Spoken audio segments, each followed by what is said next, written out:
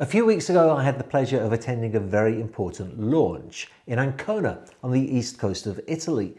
Now, the yacht was 80 meters long. It was called Dragon, and it was built at the shipyard under the Columbus brand by Palumbo Group. That might sound like a whole heap of different brand names, so let me explain that Palumbo Group are major players in the shipping and yachting industry with repair and refit yards all through the Mediterranean.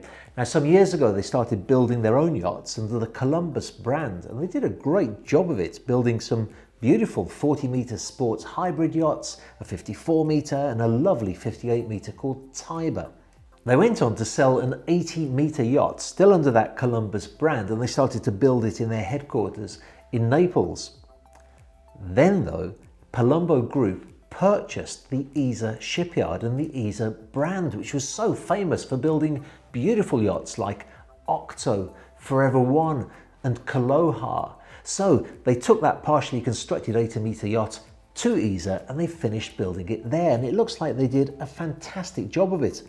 This vlog, though, is not to tell you about that yacht. It's to tell you about new news from the ESA shipyard that was recently released to the press.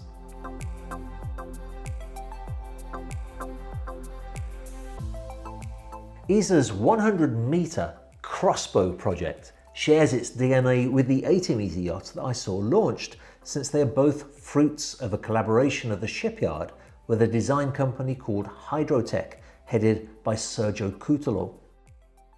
Unusually for a yacht of this size, it's conceived to have an aluminium hull and a relatively slim beam of 12.5 meters. So we're talking about a yacht that will be about 328 feet long and 41 feet wide.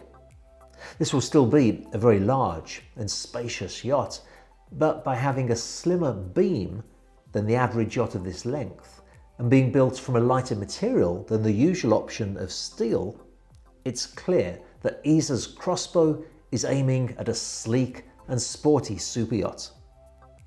The maximum speed of this yacht is in fact expected to be 25 knots, which is considerably higher than most yachts of this length.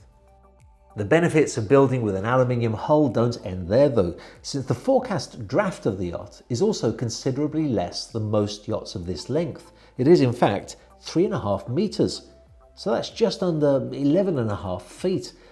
Now, that's going to be a huge advantage in certain parts of the world where a deeper draft prevents you from getting into bays and coves with relatively shallow water.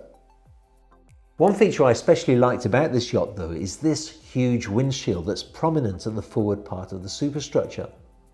You'd be forgiven for thinking that the helm station for the captain is somewhere behind this huge expanse of glass, but actually it's not.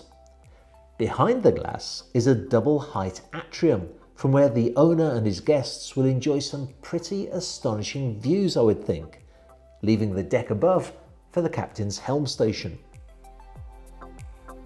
And talking of the captain, and more to the point his crew, this super yacht will be built for a crew of 32 and 16 guests, so it's not a bad crew to guest ratio for pretty incredible service, I would say.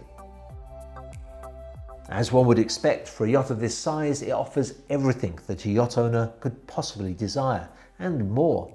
From a 135 square meter beach club at the stern, to an entire deck for the owner, an infinity pool, a gymnasium, a piano lounge, and an armada of tenders and toys.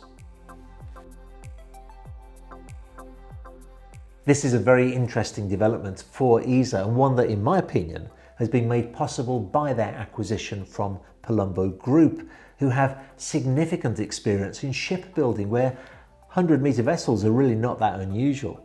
Since Palumbo took the reins of this company, it looks like ESA are on fire with activity, from the development of that wonderful range of 76-foot yachts called the Extra.